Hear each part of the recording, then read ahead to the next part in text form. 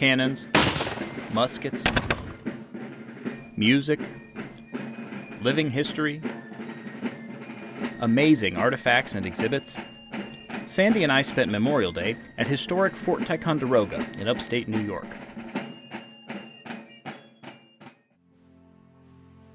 Built in the 1750s by the French, the guns of Fort Ticonderoga look over the strategically important river portage between Lake George and Lake Champlain, where the British competed for trade routes between the Hudson River Valley and the St. Lawrence River. Restored and opened to the public by the notable Pell family, and in the care of the Fort Ticonderoga Association, the fort today is not only a tourist attraction or a museum with fascinating collections, though it is both of these things, it is a window into the time of the American Revolution, and its interpreters tell the story with surprising detail. The British captured the fort, then Fort Carillon, from the French in 1759, and maintained a garrison here until 1775 when it was captured by the Green Mountain Boys, led by Ethan Allen and Benedict Arnold. Henry Knox then transported the fort's cannon to Massachusetts to end the siege of Boston, and those are just a few of the giants of American history to have passed through these gates. Being inside the fort on Memorial Day was a very special way to remember the birth of our nation, with living history interpreters breathing life into the day-to-day activities that would have taken place here. Using historical tools of the trade, and moving about in spaces that look as though you've stepped right back into 1776. When we were here, there were exhibitions of shoemaking, tailoring, and carpentry, as well as gunnery, which you'll get to see here in a moment.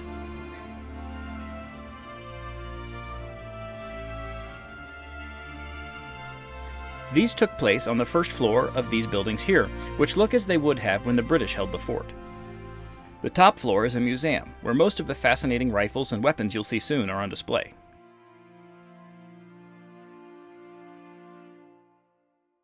On this side of the fort, you see what would have been the powder magazine, which was detonated by the French as they withdrew in 1759, leaving nothing but a hole in the ground.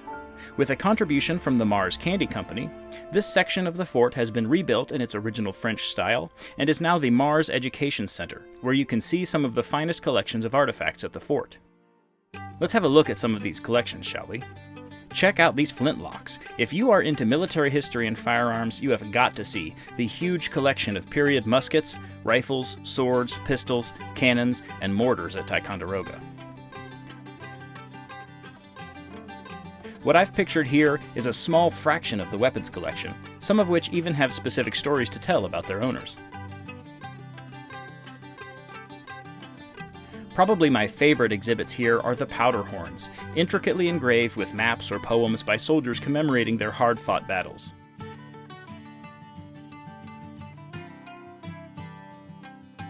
One John Collins wrote, "At Ticonderoga, July the 8th, 7 hours we fought the French, while we were all in open field, and they within a trench."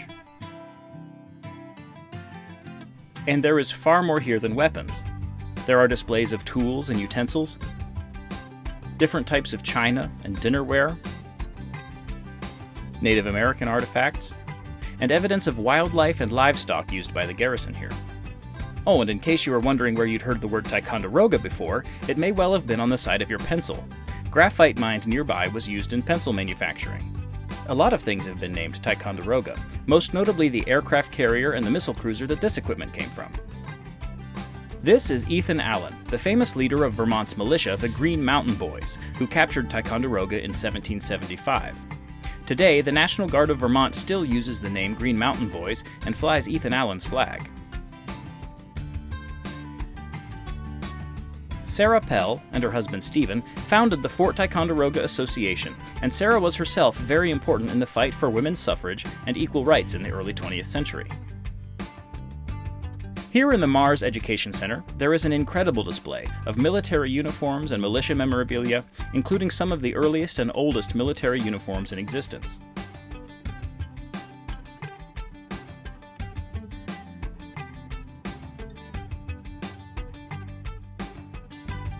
One of my favorite bits of history in museums like this are documents. I love to see the ink and sealing wax that was put to paper so long ago.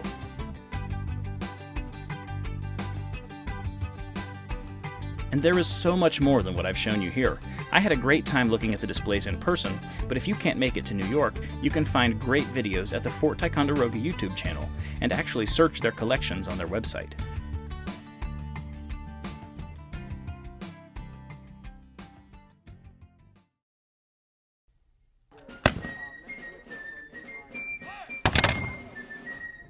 The Musket Demonstration was a big crowd pleaser, especially the kids loved it. The very knowledgeable crew came out to explain the intricacies of loading, firing, and maneuvering with early military firearms.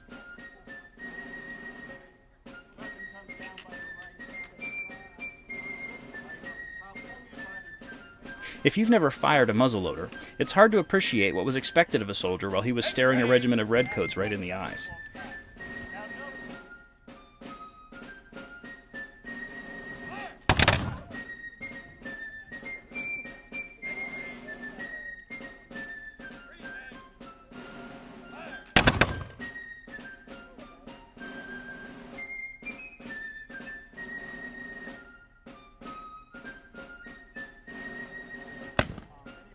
Now, before we go see the cannons fire, let's take a look at Sarah Pell's pet project, the King's Garden.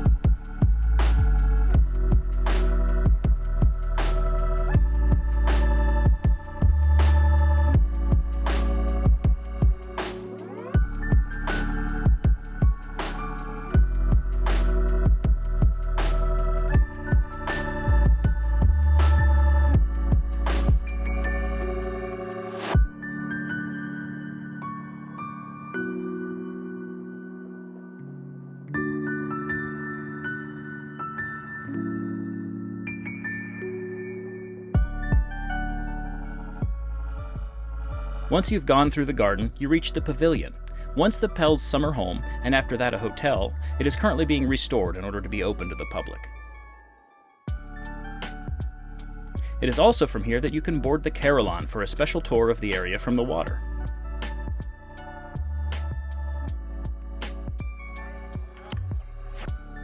It just so happens that on the day we visited, there was a fencing tournament taking place. I've never actually gotten to see this in person, and the setting was just surreal.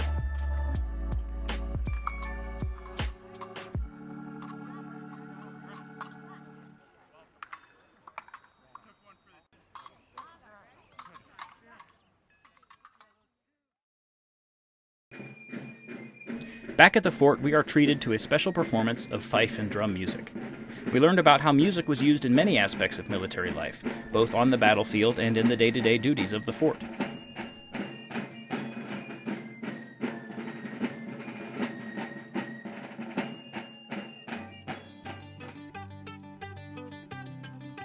Living history really helps people connect with what went on here at Fort Ticonderoga, and one of Sandy's favorite parts was meeting Mick and Mac, the team of oxen who helped teach visitors about getting work done in the 18th century. Teams of oxen like Mick and Mac would have been used to pull cartloads of food and supplies up from boats on the lake below the fort, maintaining roads and earthworks, as well as, in this case, hauling munitions to the redoubt for a cannon demonstration.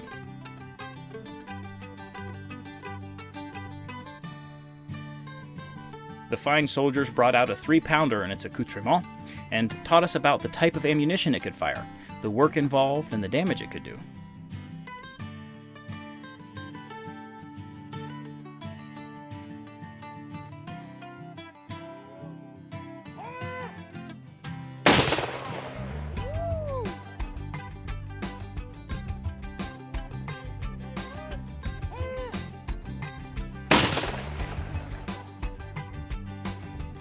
We finished our trip with a visit to Fort Ticonderoga's excellent gift shop, one of the nicest I've ever seen, where we found tons of books, historical maps, as well as this little gem.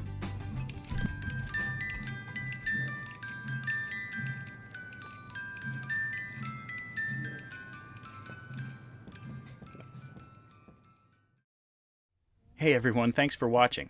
I made this to share the experience of one of our little side trips. If you'd like to see more of what we get up to, living full-time out of our Winnebago Travado, moving around the country for Sandy's work as a traveling labor and delivery nurse, subscribe and drop me a comment to let me know what part of van life travel you're most curious about.